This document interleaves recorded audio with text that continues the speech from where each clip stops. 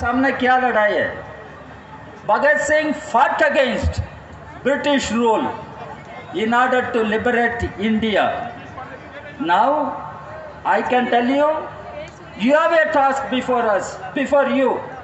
What is that task? You must fight against BJP and throw out from power in order to save India, to liberate India.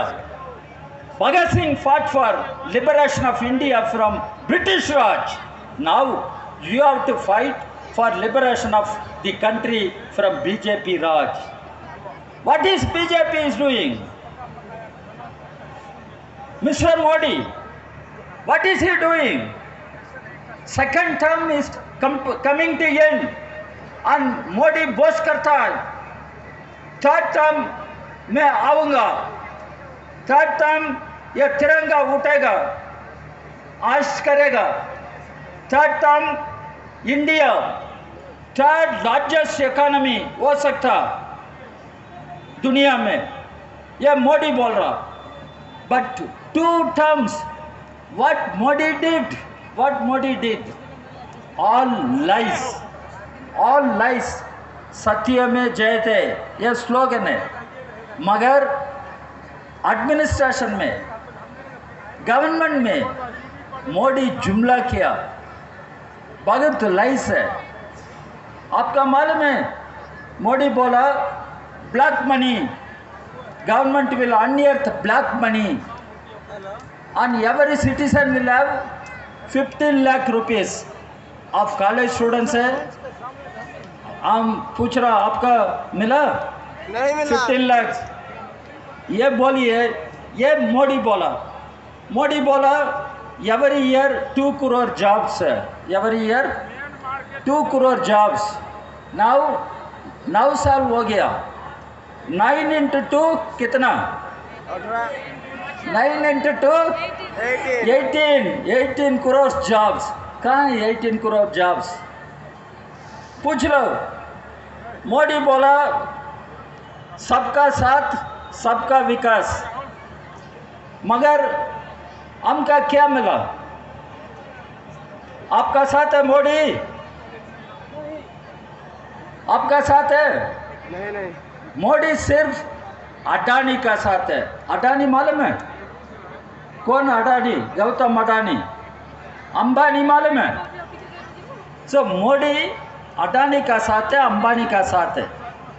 Modi सरकार सिर्फ corporate का सरकार है, big business houses का सरकार है. यह सरकार गरीब लोग का सरकार नहीं है. यह सरकार किसान, खेत मजदूर लोग का सरकार नहीं है.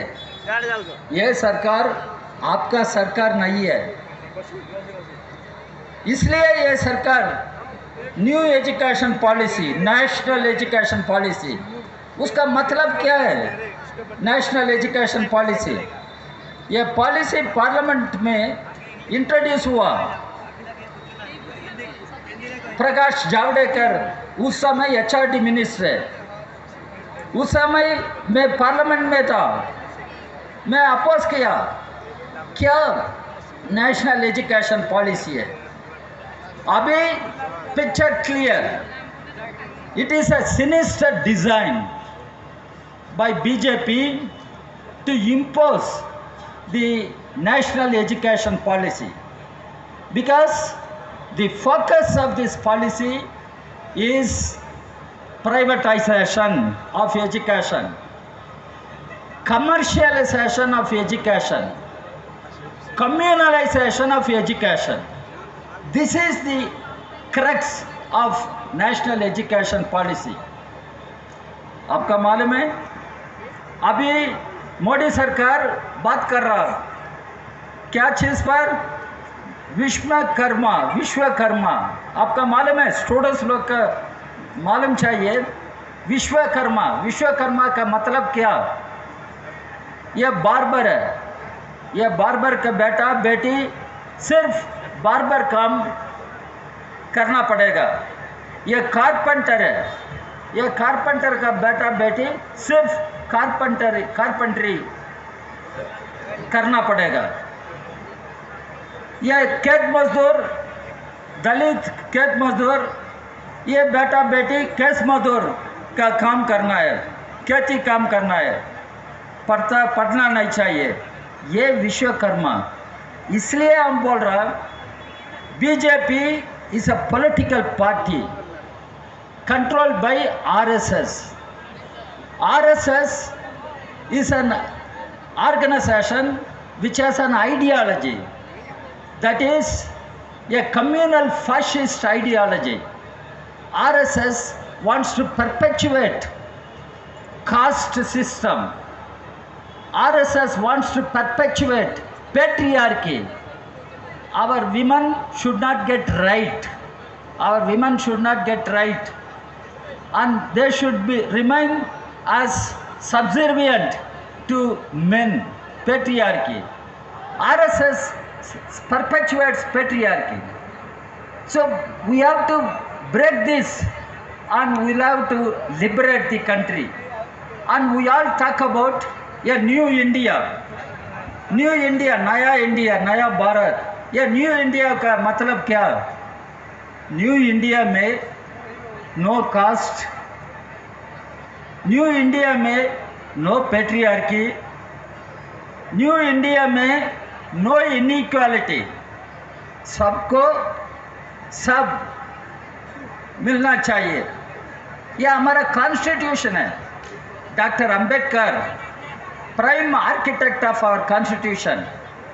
आवर कॉन्स्टिट्यूशन क्या बोलता है? Our constitution says India should remain as a secular democratic republic. Secular democratic republic. Secular. No theocracy. No theocracy. Ambedkar made it very clear. Theocracy cannot be accepted in India. Ambedkar बाद में बोला, ये constitution में लिखा, ये क्या? State must ensure all means of livelihood to all citizens, men and women. It is the responsibility of the state. That is why Indian state used to be called as a welfare state. Welfare state क्या है, Mr. Modi? क्या है welfare state? क्या है secular state? अभी आप बात कर रहे हो, ये बेगूसराय में यूनिवर्सिटी चाहिए, बिहार में यूनिवर्सिटी चाहिए, क्यों? अब बोलना पड़ेगा। Now education is on the concurrent list. Union government, state government दोनों responsible है फॉर एजुकेशन।